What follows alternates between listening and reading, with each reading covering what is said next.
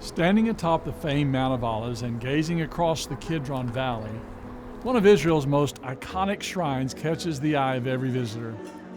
Visible for miles, the Golden Dome of the Rock is an Islamic shrine situated on top of one of the Jews' holiest of sites.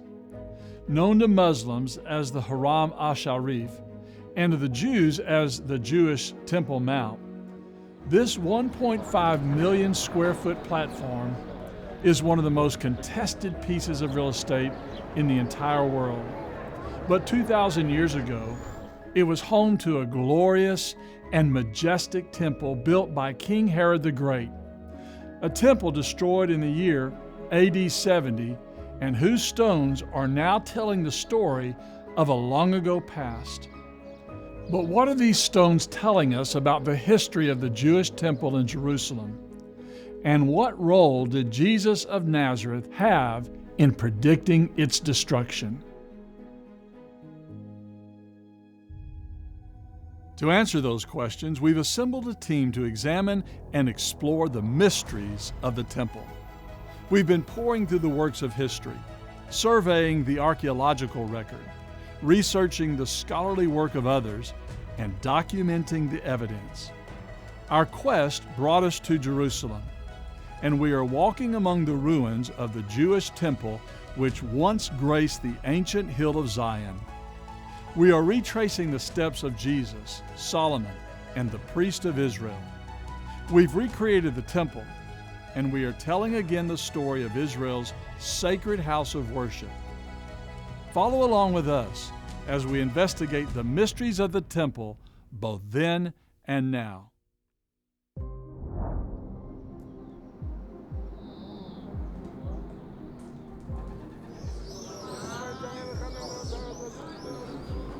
The writing of the Jewish Talmud declares that whoever has not seen Herod's temple has not seen a beautiful building in his life. Construction of that temple began in the year 23 BC, but it had its roots all the way back to the time of the Exodus in 1446 BC, when God led the Israelites out of their Egyptian bondage and into the wilderness of Sinai.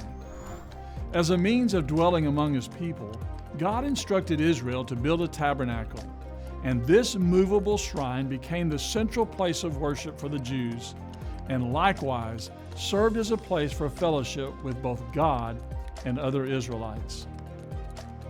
Described in the book of Exodus, this tent-like structure was designed with a courtyard, holy place, and a holy of holies.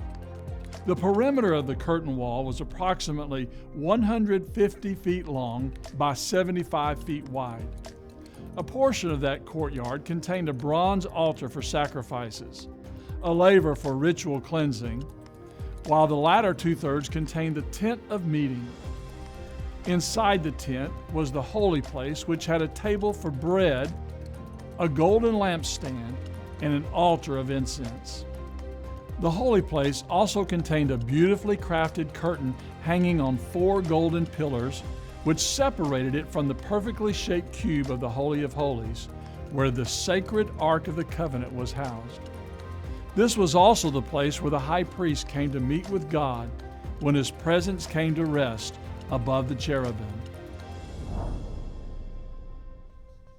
In the 10th century BC, the tabernacle eventually came to reside on a hill north of Jerusalem, where on a threshing floor purchased by King David, Solomon erected for it a permanent home. Throughout its history, this mountain came to be known by many names, but none more descriptive when it simply came to be known as the Temple Mount. Bounded on the east by the Kidron and on the west by the Central Valley, the famed structure known as the Sacred Temple of the Jews was elaborate and beautiful. Its design and furnishings were described in intricate detail in the books of Chronicles and Kings. Today, it is known as the First Temple, and some argue that portions of it can still be seen in the walls along the eastern slope. In 586 BC, the Babylonians destroyed this sacred temple along with much of Jerusalem. Evidence of that destruction can still be seen on the eastern slopes of the city of David, where Israeli archaeologist Yigal Shiloh discovered arrowheads and layers of ash within the remains of residential quarters and government buildings. The conquered and beleaguered Jews were then carried away as slaves, but eventually they returned some 70 years later to once again build their house of worship. This began the next phase of its storied history, known today as the Second Temple period. According to the books of Ezra and Haggai, this Second Temple paled in its beauty and grandeur compared to the Temple of Solomon. Centuries later, all of that began to change when King Herod the Great began to renovate and expand the temple in Jerusalem, making it one of the great wonders of the world, and one that even mesmerized the disciples of Jesus, who had remarked, "What wonderful buildings and stones." But Herod's wonderful buildings of that temple did not last for long. In AD 70, the grand temple of the Jews was destroyed yet again. On this occasion, the Roman general Titus laid siege to the city and robbed the temple of its lavish furnishings. The looting and victory march back to Rome and up to Capitoline Hill were memorialized in the well-known Arch of Titus. Carved on one of its interior walls is a depiction of Roman figures carrying in triumphal procession the menorah and table of showbread. But the Roman soldiers and slaves had not only stripped the temple of its sacred items, they also dismantled it as well and pushed many of the stones over the side of its foundational walls to the streets below. In a fascinating foretelling of the future, Jesus of Nazareth had actually predicted this destruction and declared that not one stone would be left standing upon another. That prophecy was fulfilled. And as a result of the Roman siege and destruction that followed, the buildings on the Temple Mount were completely dismantled. In the late 1960s and the early 70s, when archaeologists like Dan Bahat and Benjamin Mazar excavated this area on the southwestern corner of the Temple Mount, what they found were huge Herodian stones that had been pushed off by the Romans into the Central Valley. Those stones came from the top of the Kotel and were part of the Temple Mount complex. In the midst of all of this destruction, there were numerous artifacts that were found, one of which was a cornice that came from the royal stoa on top of the southwestern corner. The inscription reads, "The place of trumpeting." The royal stoa and those beautifully adorned buildings of the temple no longer exist. The stately colonnaded porches have disappeared, and the temple buildings, which had once captivated the disciples of Jesus, are completely in ruin. The prophecy of Jesus had come true. Today, the Islamic Dome of the Rock, constructed in 685 AD, has taken the place of the temple's inner sanctuary, and the Al-Aqsa Mosque sits where the royal stoa had proudly bejeweled the Jerusalem skyline. Trying to piece together what the temple looked like for modern-day visitors, it's really difficult because as you look out over these facilities and the mosques that are here in the Western Wall, man, it's hard to sort of imagine where it was. But thanks to archaeology, thanks to the writings of ancient history, we now know where the entryways were and where the various biblical events described, especially in the New Testament, all took place. The Bible, the Mishnah, the works of Josephus, along with the discoveries of archaeology, can aid us in recreating a virtual temple from the time of Jesus. All of this information is giving then the modern explorer the ability to marvel at its stones and its buildings, just as the disciples of Jesus did some 2,000 years ago. Because of the connections being made between faith and the facts of science, we now have a better understanding of the overall history of this place and the prophecies made by Jesus.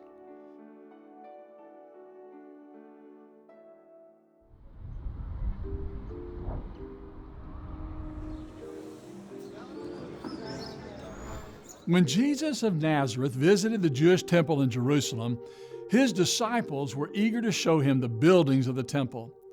It was one of the great engineering marvels of the ancient world. But in AD 70, the Roman army destroyed both the city and the temple and left only traces of its former glory. Its massive foundation and the rubble which remains tell of a once glorious house of worship scarred by war and worn through the passage of time. Today, those stones are crying out and revealing important answers to questions such as, where was the temple located? How large was it? And how beautiful were its designs and furnishings?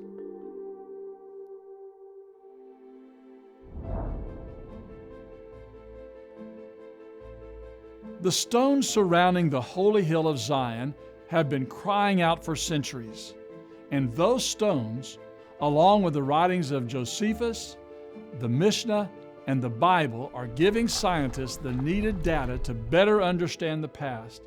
And the story those stones are telling about King Herod the Great and the temple are enthralling.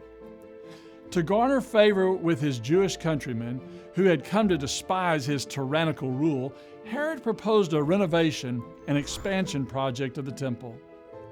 The first objective was to enlarge the platform on which the previous temple had stood.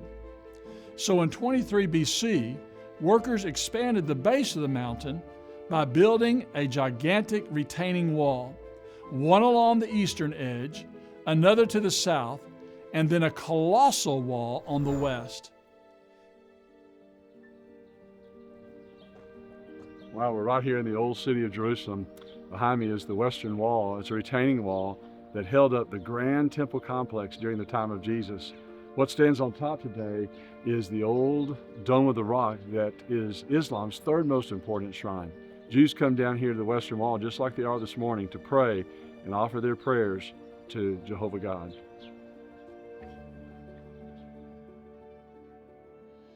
In some places, the Western Wall is an estimated 15 feet thick, with one of its largest stones weighing approximately 600 tons, far more than any stone found in the pyramids at Giza. From the Western Wall Plaza today, 28 rock-hewn courses can be seen, but another 17 rows exist beneath. In the first century, the first course would have been visible to the open air, and visitors could have walked along its gargantuan wall, gazing up at a 196-foot tall structure, where at the top stood the ground floor of the temple sanctuary. The existing platform and its retaining walls give us an indication as to the size and enormity of this sacred place. Some 26 NFL-sized football fields could be placed on its surface, and by comparison, would have covered more than 4 times the area found on the Acropolis in Athens. The stones used in the construction of the temple were crafted with a unique large framed edge and a flat boss that came to be known as Herodian stone. After the Roman destruction of AD 70, many of the stones from the dismantled temple on top were hewn down to a more manageable size and reused to create newer walls and extend the height of the old ones. Stones from later periods are positioned on top of the walls from previous eras and are usually smaller and shaped differently from those of the earlier Herodian and Hasmonean periods. Major sections of the walls today, especially along the southern end and east along the Kidron Valley, were built during the 16th century under the rule of an Ottoman ruler named Suleiman the Great. Here on the eastern side of the old city, the Golden Gate is the oldest gate of the Jerusalem city walls. Situated just across from the Mount of Olives and the Kidron Valley, this gate is associated with numerous biblical passages. Entering and exiting the temple through the large retaining walls occurred from one of several locations. Below today's eastern gate, built sometime during the later Byzantine or Arabic periods, are the alleged remains of a Hasmonean gate. Some have suggested that this gate is the one that Jesus entered on Palm Sunday in fulfillment of the messianic prophecy found in the book of Zechariah. The Mishnah calls this the Shushan Gate, where the red heifer was presented for sacrifice and where the scapegoat exited during the Day of Atonement. In the north, several important landmarks existed, such as the Northeast Defensive Tower and the adjacent Pool of Israel, which served as a defensive moat and a water reservoir for the temple. The northern wall also contained an entrance known as the Sheep's Gate, and on the northwestern corner stood the fortress Antonia, which Herod named after Mark Antony, a Roman general and ally of Julius Caesar. Along the western side, there were 4 entrances, each identified today by the names of modern explorers who discovered them. Wilson's Arch supported a bridge giving access to the temple from the upper city. Warren's Gate, located to the north, is still visible, but was closed and permanently sealed in the 12th century. Today, it is only accessible underground and remains a popular place for Jewish women to gather and pray. Barclay's Gate is to the south. It also is now closed and was permanently sealed during the 10th century, but portions of its massive lintel, doorpost, and archway are still visible from the western wall plaza. The most impressive of the gates on the western wall was here on the southwestern corner.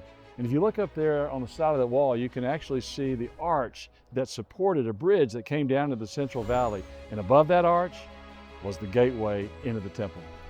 It's known today as Robinson's Arch because Edward Robinson, a 19th century explorer, was the first to really notice it. His discovery corroborates the testimony of Josephus, who described an elaborate staircase leading up to the royal stoa that was perched on top of the southwestern portion of the temple.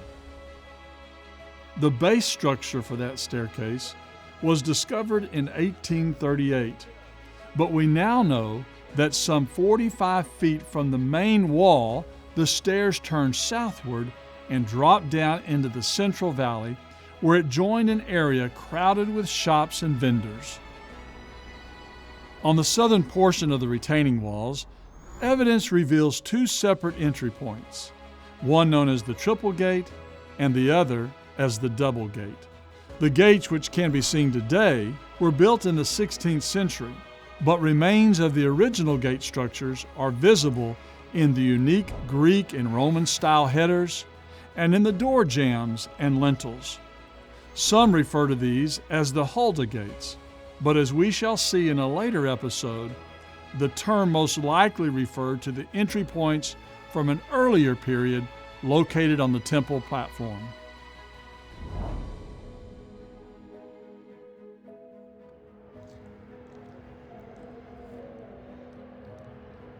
The stairs leading up to the gates on the south are sometimes called the southern steps and were surrounded by numerous mikvaot used for ritual immersion.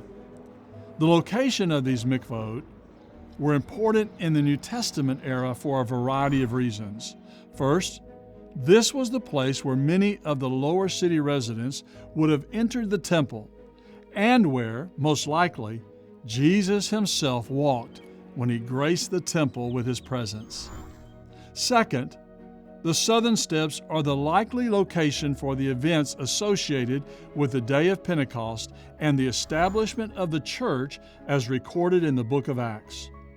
On that occasion, 3,000 souls were baptized into Christ, and the numerous mikvaot at this location would have been an ideal place for such a large response. The grand stairways and elaborate entrances along each retaining wall were designed in a sort of stately and reverent way to introduce visitors to something even greater and better situated above. A visitor coming to the temple had to have been enthralled and excited to come into the presence of God. But before arriving inside, they must have been filled with amazement and awe to see such a large and beautiful approach. In summary, the walls that bore the weight of the Grand Temple complex, the mikvaot that contained the water for ritual cleansing, and the beautiful stairways that led to the uniquely designed gates tell the story of the emphasis and importance given to the temple.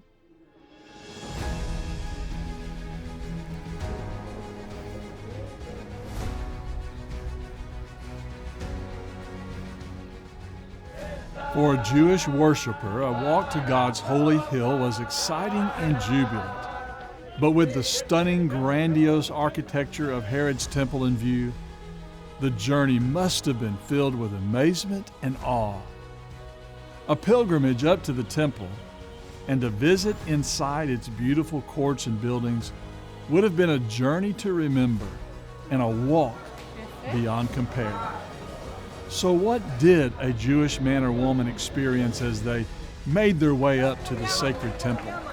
And what did they encounter when they arrived at the summit of God's holy hill?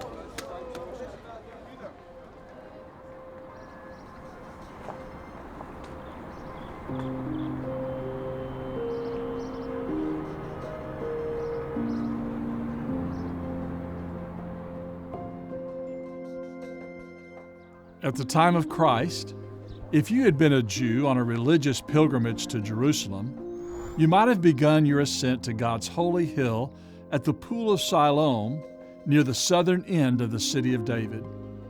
This water reservoir, estimated to be over an acre in size, was fed by the waters of Gihon, which twisted and turned their way down through Hezekiah's tunnel. The Pool of Siloam was in existence during the time of Christ, dates all the way back to the Hasmonean period. It was actually discovered in 2004 when workers in repairing a water main found the remains or a portion of this pool. Archaeologists determined that the reservoir had most likely been used as a major water source for the citizens of Jerusalem, but others suggest that it was a large purification mikveh and used for important religious celebrations. If you'd lived here during the first century and come down to the Pool of Siloam, you might have seen families and great reunion, celebrations. If you'd been here during the Feast of the Tabernacle, you might have seen the priest coming down from the temple with their golden vessels, collecting water and then taking it back up to the temple and pouring it out on the altar as sort of a drink offering. You might have also seen tears of a man in utter joy who wiped the mud off of his eyes, who had been placed there by Jesus, being able to see for the first time, right here at the Pool of Siloam. Whatever its main purpose, the Pool of Siloam would have been a historic and majestic location to begin your pilgrimage to the temple.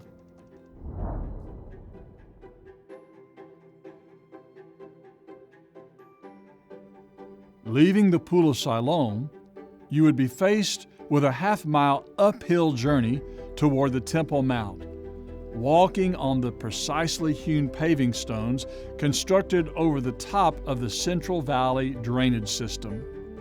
Walking up this highly engineered thoroughfare would have taken you past numerous houses and shops, where you would have sold a clay jar, some food, or perhaps a trinket to have money for the temple tax, or to purchase an animal for an offering.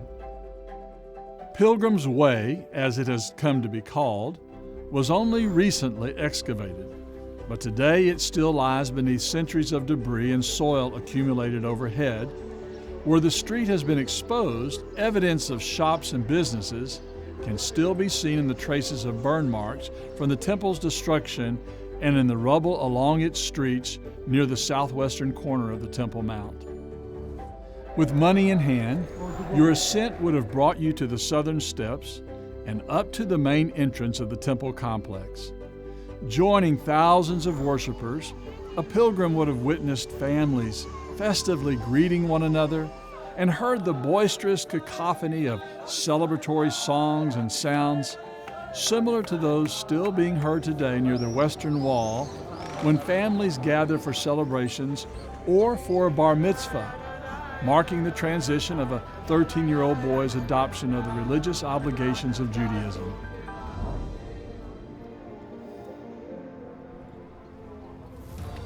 Before ascending the southern steps, it was customary to ritualistically cleanse yourself in one of the many mikvaot located in the area, over 50 of which have been discovered near the Temple Mount.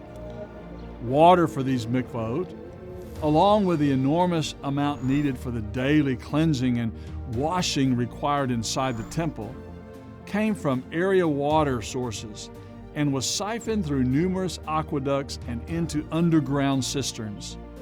Some 49 of these water reservoirs were discovered and surveyed by Edward Robinson during the 19th century, and they reveal that there was ample water available to fill the many mikvaot and for the priests to perform their numerous duties at the temple. Having been properly purified in a mikvah, you would then reverently ascend the steps to the double gate. The entrance for most pilgrims seemed to have been right up through this section, up into the double gate, up what we call the southern steps, which we're really only seeing about half the width of them that existed during the time of Christ. Reaching the final step, your quest led you to the double gate and onto an elevated street at the likely location of the gate called Beautiful. Somewhere on the southern steps, or along this elevated street, the paralyzed man of Acts chapter 3 may have lain, asking you for money or for food. This double gate entrance was simple in its appearance, but its underground passage was exquisite. The ceilings were crafted with shallow spherical domes and carved and painted with various geometric designs and floral patterns. It was a truly beautiful gate, remnants of which still exist today beneath the Al-Aqsa Mosque.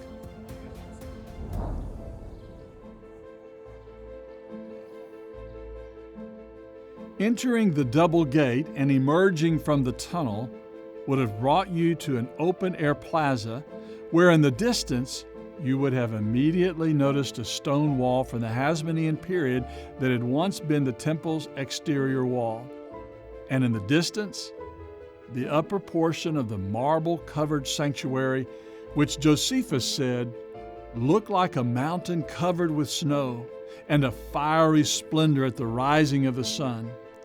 To your left and right, lining the perimeter, were the beautifully adorned colonnaded porticos and the likely place for Peter's sermon at Solomon's porch recorded in Acts chapter 3.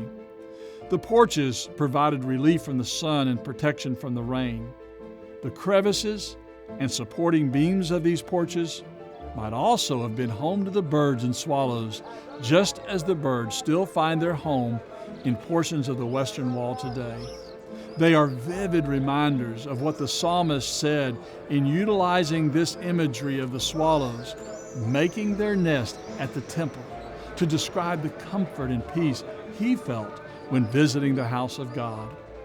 Sadly, those porches were destroyed, and little remains which testifies to their existence.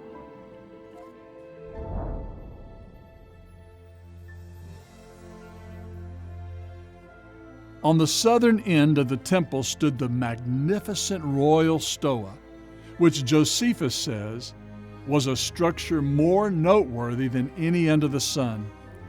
It was designed for commerce and special activities, and likely the usual place for money changers and temple vendors to erect their tables and shops.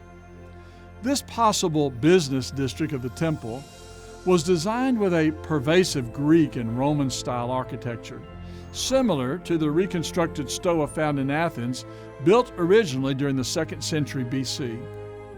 The stoa in Jerusalem was built with 27 feet high columns crowned with Corinthian style capitals, columns so large that Josephus wrote that if 3 men with outstretched arms gathered around a single column, they would have barely been able to touch fingers.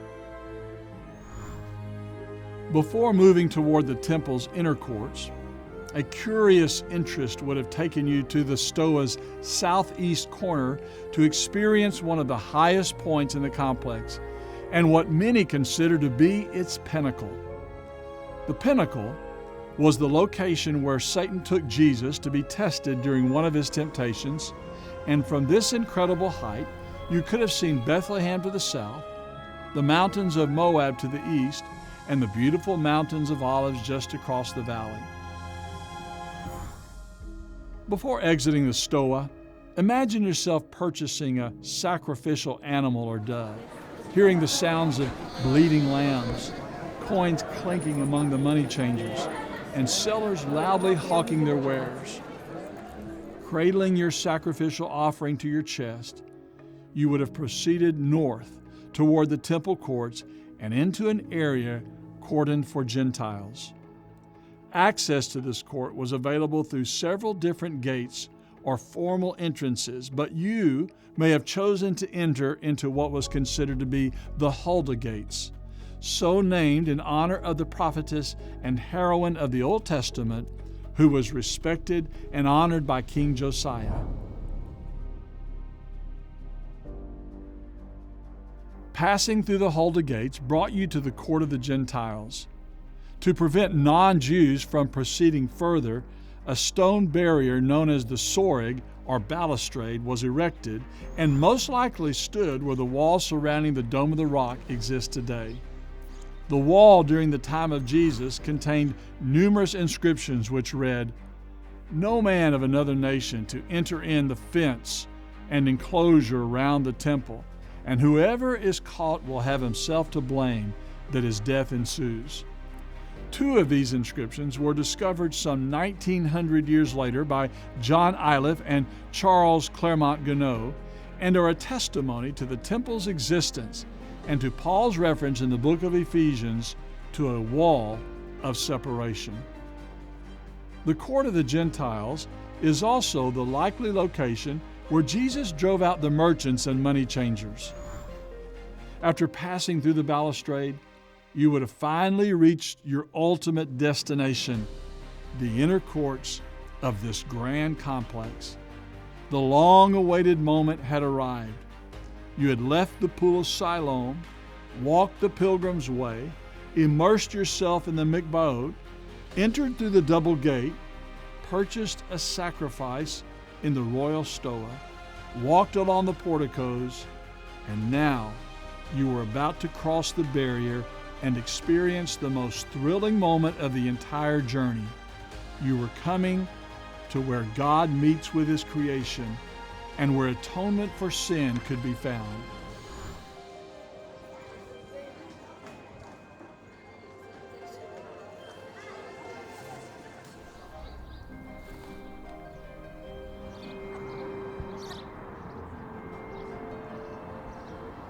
Having experienced only the material world, human beings are usually very fearful when they come into the presence of God. You read in the New Testament of people like Zacharias or Mary or Isaiah. They expressed their fear when they encountered a celestial being or came into God's presence. Think about Isaiah when he encountered God. Holy, holy, holy. He said, "I'm a man undone, a man of unclean lips." So how do people come into the presence of a holy God? God made possible that way through the temple, starting with the tabernacle, then the temple. He made a way for His people to come to Him and for Him to dwell among them. West of the steps that lead up to the summit of the Haram al-Sharif is the Muslim Dome of the Rock and the site where many scholars believe the inner sanctuary of the temple once graced this storied mountain. It was also believed that here, at this site, King David purchased the threshing floor from Araunah the Jebusite, and where his son Solomon came to build the first temple of the Jews.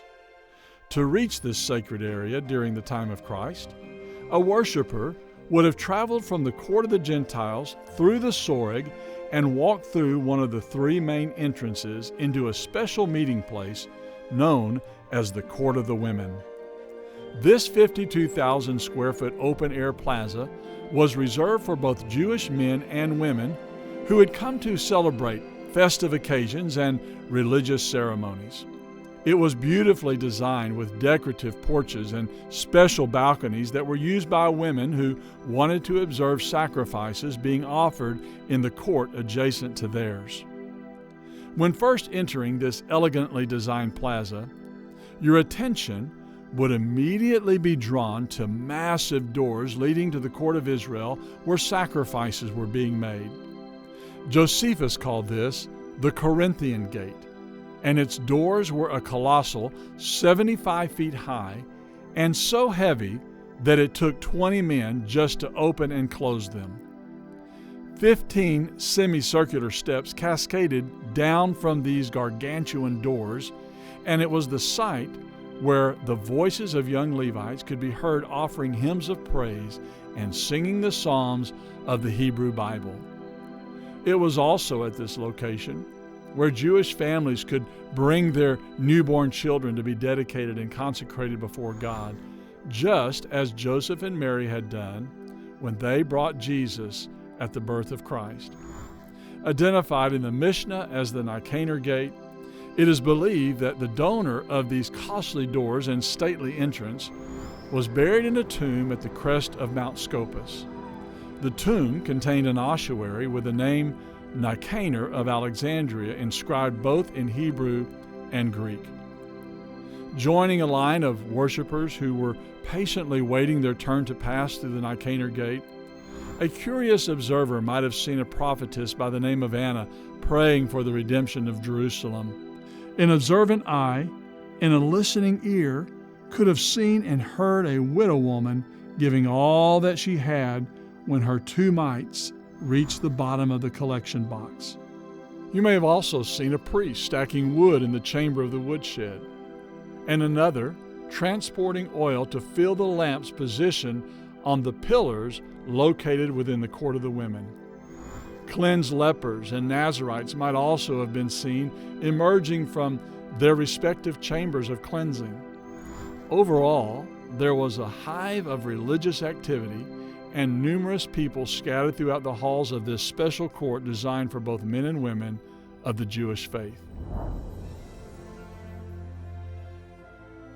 The final stop on your pilgrimage would have been the court of Israel and the altar of sacrifice.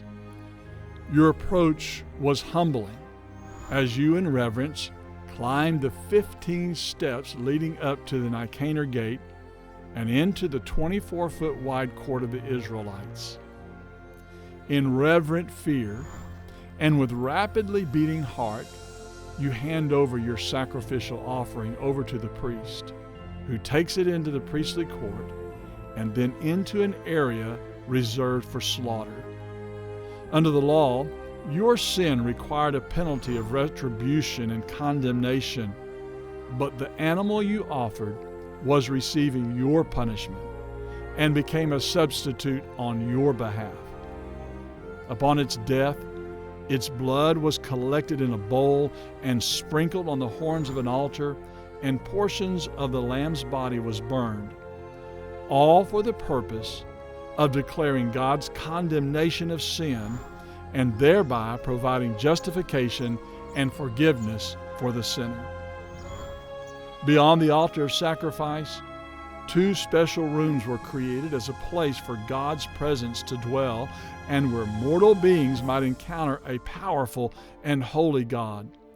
They were known as the Holy Place and the Most Holy Place, and both sacred precincts were surrounded by several important service buildings used for the daily work and life of the priest. On the north, rooms were designed for ritual immersions, keeping the priest warm, and for the purpose of salting animal hides and rinsing their intestines. In the southern portion, rooms existed for storing wood and accessing water from the underground cisterns. And finally, one of the adjacent buildings included the Hall of Hewn Stone, an alleged meeting site for the Sanhedrin and the likely place where the followers of Jesus, Peter and John, were interrogated and beaten for having preached the gospel. Before entering the holy precincts, priests were required to purify themselves with water from the golden laver outside.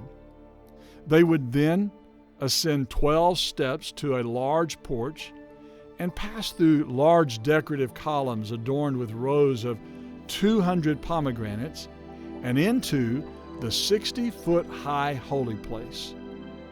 Encountering the divine presence of God was filled with trepidation and reverence, but the objects and sacred furniture inside, they were designed to teach reassuring and wonderful field truths about the nature of God. To the right were 12 loaves of bread on a golden table symbolizing God's everlasting covenant. The loaves were replaced every week and served to remind the 12 tribes of Israel of God's constant provision in satisfying their needs. To the left was the 7-lamped golden menorah, providing light for the priest, but also representing God's glory, His truth, and the light He had brought into a fallen world. And straight ahead was the altar of incense, whose smoke created a barrier between the glory of God and the sinfulness of man, and also symbolized the prayers of God's people wafting their way up to His glorious throne. In the beginning of creation, the Spirit of God once dwelt with mankind in a beautiful place called Eden. But the Bible tells us that sin entered the world and Adam and Eve were driven eastward out of the garden. Inside this fallen world, God created another place for man to encounter His presence, first at the tabernacle and then later at the temple. Just as Adam and Eve had been driven eastward out of the garden, sinful Israel was being allowed to return to God's presence on the east side of His new and earthly dwelling. And this new dwelling in Jerusalem was reminiscent of the first Eden of creation. God's holy place at the temple was ornately designed and resembled a garden-like setting.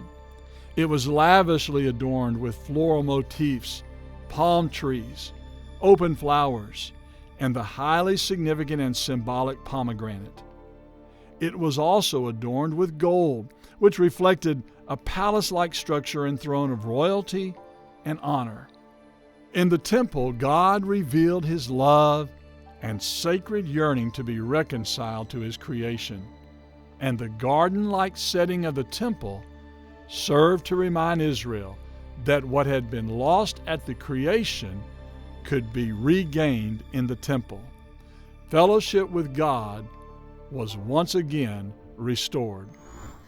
God's sacred dwelling also contained the Ark of the Covenant that was made with acacia wood and overlaid with pure gold. It contained the 10 Commandments written on stone from Mount Sinai, the rod of Aaron, and a bowl of manna, all relics of Israel's past, which conveyed God's justice, His authority, and His provision. The most important feature of the ark was its lid.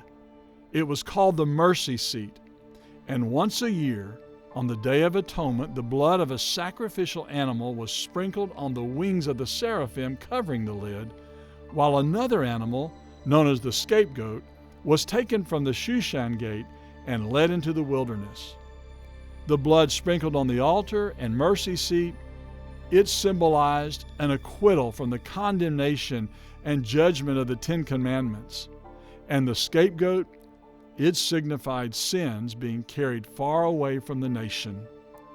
During the Second Temple period, several sources indicate that the Ark of the Covenant was no longer present within the holy place. And according to the Mishnah, only a rectangular depression in the bedrock remained where the ark once stood, and where the blood now of a sacrifice would be offered. Worship and priestly duties nevertheless continued to be performed by priests of the New Testament era, individuals like Zacharias and Simeon, who would continue in their faithful service to God while waiting for the commencement of the new covenant and the messianic age promised in the Jewish scriptures. Jesus of Nazareth, born in the city of Bethlehem, would only a few decades later come to Jerusalem to fulfill those promises and to lay down his life as a sacrificial lamb, and to likewise act as the scapegoat to carry away sins. His sacrifice would once and for all atone for the sins of the world and restore fellowship between sinful humanity and the Father of all creation. As the perfect Lamb of God, his sacrifice would do what the blood of animals could never do. Taking upon himself the sins of the entire world, Jesus satisfied the wrath of God and made possible the salvation of sinners today. As was foretold by Jesus, by the latter half of the first century, the entire temple complex that had meant so much to so many Jews had fallen into ruin and was destroyed by the Roman Empire. After its destruction in AD 70, the means of approaching God and finding atonement for sin at the temple was no longer available. But a new and better temple with a new and better priesthood would soon be established. That third temple is now the most sacred place on earth. This is the road, it's called Palm Sunday Road, and right down here on the right.